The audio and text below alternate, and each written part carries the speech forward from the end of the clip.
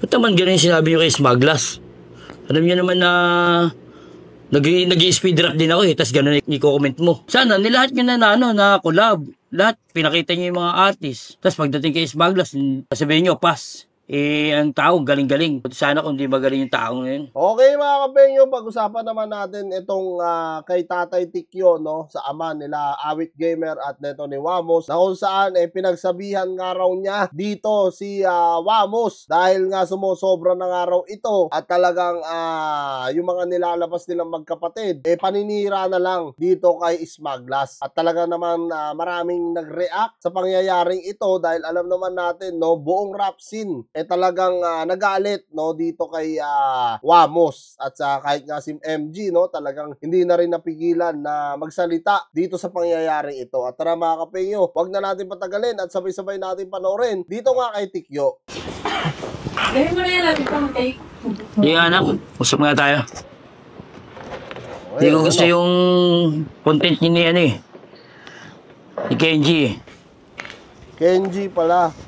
So Kenji pala pangalan ng kapatid neto ni ni Wamos mga kapenyo. Dami-dami yung sasabihin eh. Ganun pa. Sama na yan. Lang, kausapin ko lang to. Ba't naman ganun yung sinabi nyo kay Smaglas?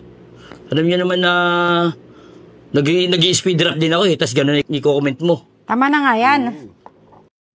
Oo nga naman mga kapenyo, no? Alam naman natin na si Tikyo talaga nag-i-speed rap nga rin. Tapos sabay tinira nga naman nila yung pagra-rap nito ni Smaglas. Na kung saan dapat respeto lang kasi mas matagal at mas nauna yun sa kanila. Wala ako. Tapos sana nilahat nyo na collab. Lahat, pinakita nyo yung mga artist. Tapos pagdating kay Smaglas, sasabihin nyo, pass. Ang tao, galing-galing. Buti sana kung di magaling yung tao ngayon. Tama na nga yan. Kaya mo lang.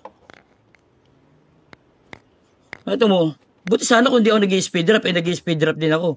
Alam mo naman yun, nung araw pa, nag-i-speed rap ako.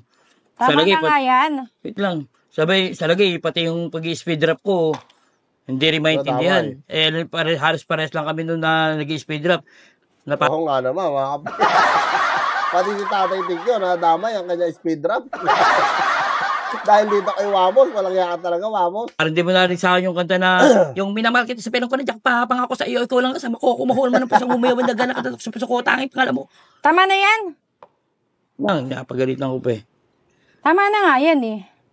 Napagalitan ko lang. Tsaka, ganito dapat kasi ganito.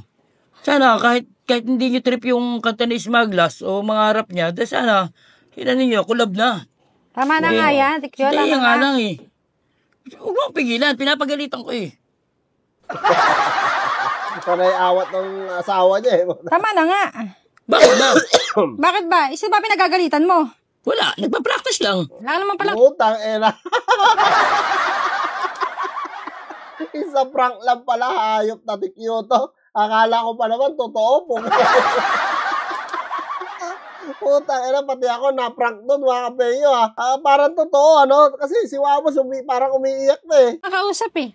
Kaya nakapadaldal-daldal dyan. Ragis na yan. Isa prank lang pala. Masabi ko eh. Hayop, nanonood pala. Hayop ka talaga, Tikyo. Nadali mo ako doon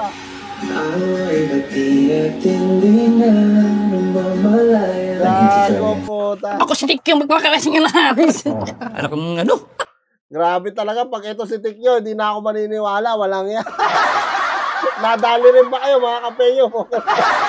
Akala ko talaga pinagsasabihan niya rito si Wamos. Akala ko totoo na ang yung pala pangpaprank lang. So yan mga kapenyo, kung kayo nga tatanungin ko, ano masasabi nyo, dito sa naging komento rin ni Tikyo na pati nga raw yung pag-i-speed rap niya, nadadamay na sa pinaggagawa nga nito nila ni Wamos. Even though na hindi naman talaga niya pinagsabihan, pero kita nyo naman na talagang sinabi ni Tikyo dito yung kanyang opinion din. So comment nyo na lang down below lahat ng mga opinion nyo mga kapenyo at lahat po yan mababasa ko. Maraming salamat mga kapenyo. Kita kasi lang tayo sa mga susunod kong vlog.